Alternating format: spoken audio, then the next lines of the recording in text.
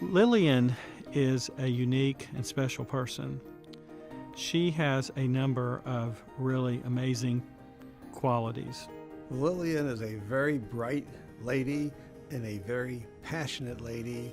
She has an incredible intellect, a remarkable command of the facts. She's constantly learning, constantly growing, constantly trying to improve herself. Her religion, her faith are all central to who she is. Where she came from is central to who she is. She sees the good in people and sees each person as somebody who has a spark that needs to be developed, as it can be developed. She's a very good friend. She's very caring and loving for her family, number one, and for all of us who are fortunate enough to be in her circle of her life. Lillian must have decided long ago that Israel and the relationship the United States and Israel is one of the most important things in her life. You were able to see Lillian's passion for Israel at an early age. I remember, when she got into my little green army men, and she dressed them up in the IDF uniforms. I mean, that's when you knew that Lillian had this desire to be, to help Israel and to nurture it. My mother's parents were really the source of her motivation for the work she does for AIPAC.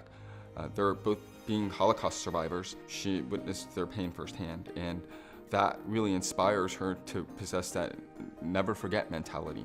They never felt victims and didn't teach their children to feel like victims. They told them to work for the future, and Lillian has very much taken that to heart.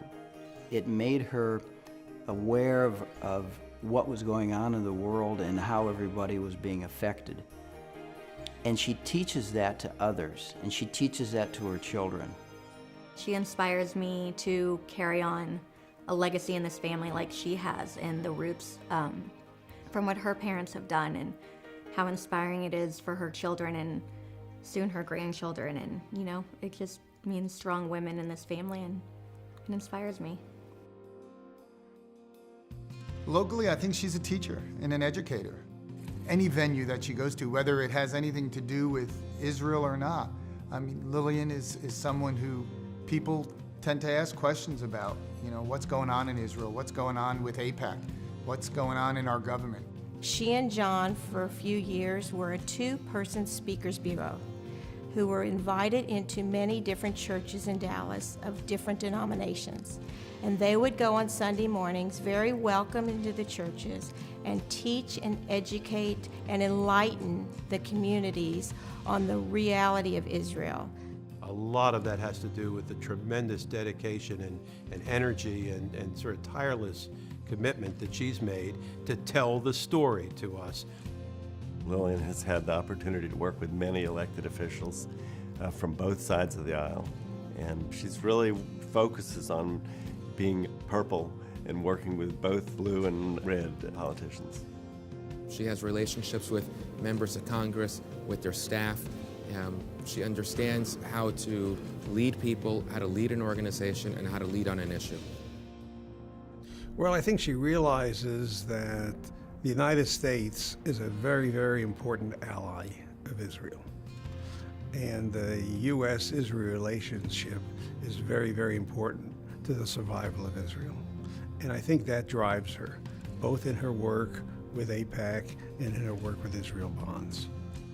I know of no other lay leader that is more eloquent in the way in which she portrays the state of Israel and argues not only for the right for it to exist, but for the U.S.-Israel relationship. And I think it's really fitting that Israel Bonds is honoring her, because Israel Bonds is all about supporting the state of Israel, and Lillian embodies that in everything that she does.